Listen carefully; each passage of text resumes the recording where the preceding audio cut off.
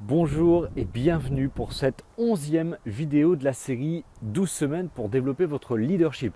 Je suis vraiment très heureux de vous retrouver aujourd'hui. Vous voyez, on est déjà à la 11e vidéo. Ça veut dire que cette série est bientôt terminée. Je vous réserve énormément de surprises et je vous en parle dans quelques instants.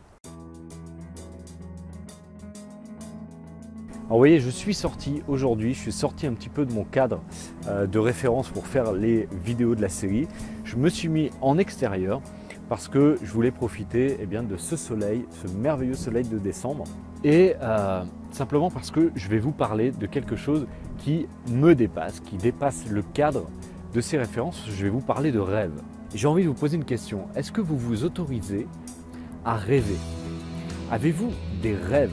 Est-ce que vous vous autorisez à rêver et est-ce que vous partagez ces rêves avec les personnes qui vous entourent et également avec votre équipe? Alors pourquoi avoir des rêves est aussi important dans votre vie professionnelle que dans votre vie privée? La raison la plus évidente, c'est que avoir des rêves vous permet d'avoir une direction dans votre vie privée et dans votre vie professionnelle.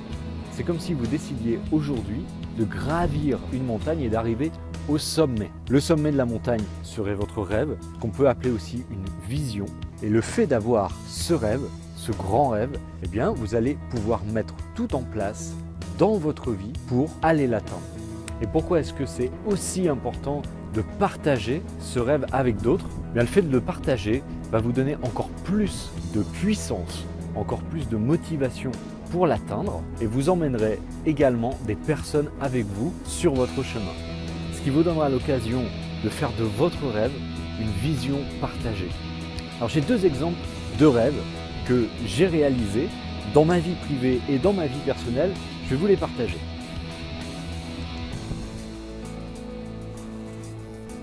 Alors pour illustrer la puissance de la vision, du rêve, je vais vous parler de la maison que j'ai eu l'occasion d'acheter avec ma femme, simplement parce qu'elle illustre parfaitement ce terme de vision et d'atteinte de vos rêves. En 2011, nous avons réfléchi à l'acquisition d'une maison. Nous étions en location, nous avions déjà 2 enfants. Il était question d'avoir un 3e enfant.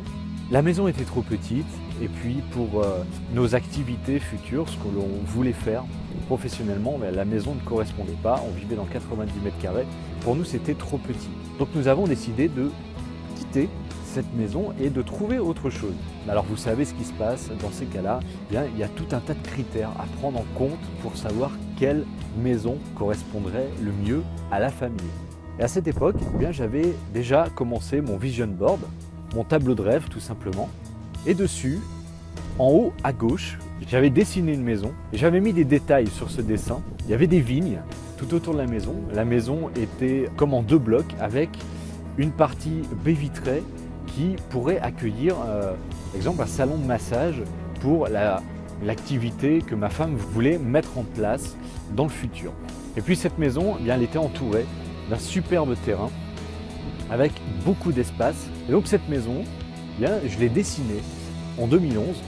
Et pour tout vous dire, ce tableau de rêve était même affiché dans notre chambre, vraiment face au lit, et je le regardais tous les jours. Et ce qui s'est passé, c'est que je ne l'ai pas gardé pour moi, je l'ai partagé.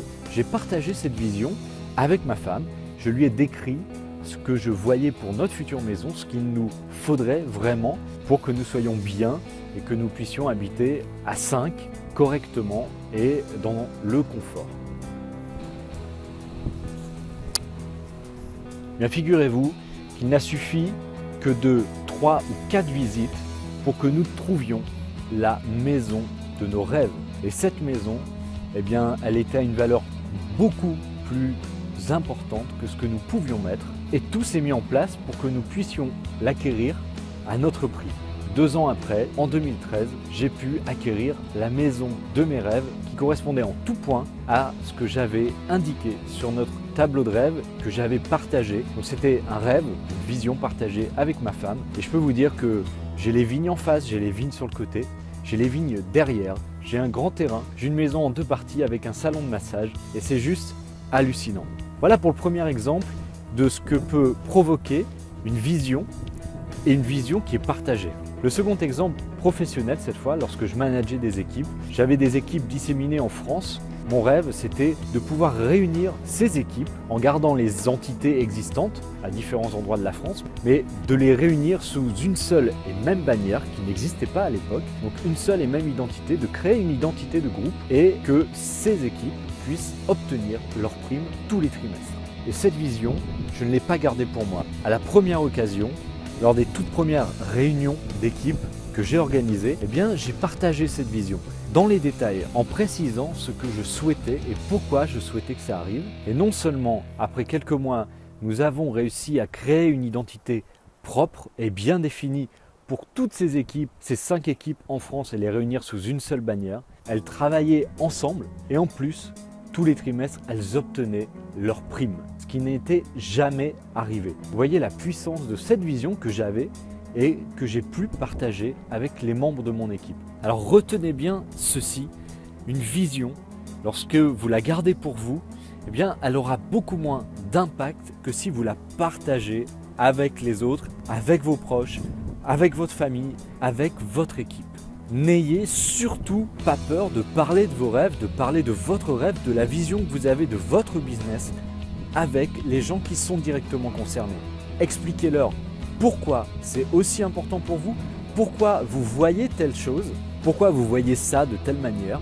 Et si votre intention est vraiment forte, si votre pourquoi est vraiment fort, vous verrez que vous rassemblerez autour de vous des gens qui ont la même puissance d'intention que la vôtre et votre vision se transformera en vision partagée et là, la puissance sera vraiment tout autre.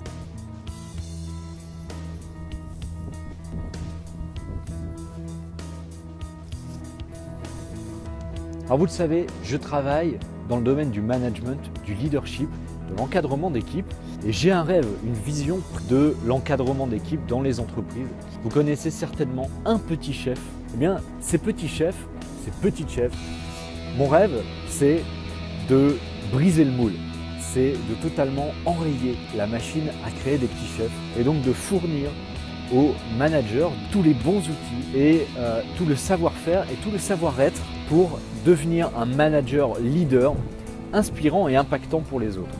Et dans les semaines à venir, je vais passer à un cap supérieur, je vais faire beaucoup plus pour vous accompagner, pour vous aider à devenir ce leader, cette leader pour votre entreprise.